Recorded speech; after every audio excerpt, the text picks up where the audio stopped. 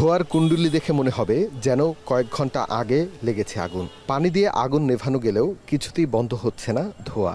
ভেতরে বিভিন্ন রাসায়নিকের বিক্রিয়ায় ক্রমাগত নির্গত হচ্ছে বিষাক্ত গ্যাস, যা ছড়িয়ে পড়ছে চারপাশে। ফায়ার সার্ভিস দিনরাত চেষ্টা করেও পুরোপুরি নিয়ন্ত্রণে আনতে পারছে না ধোঁয়ার উৎস।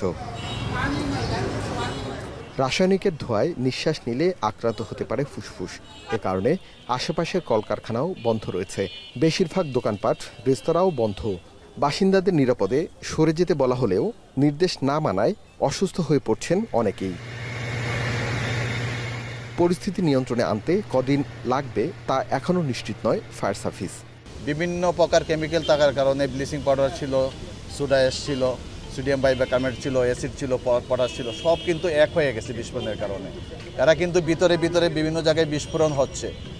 এই বিস্ফোরণের সাথে যুদ্ধ করতে হলে সময় দিতে হবে তাদেরকে।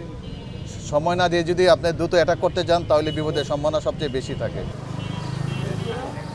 এই ঘটনায় এখন পর্যন্ত 16 জনের মরদেহ উদ্ধার করা হয়েছে। এর মধ্যে শনাক্ত হয়েছে 10 জনের পরিচয়। আরিফ হোসেন, এখন, ঢাকা। সানবিট সব দিবে সামাল। সানবিট ম্যাজিক প্রেস ডিশওয়াশিং এর মাথা ঘোরানো সলিউশন।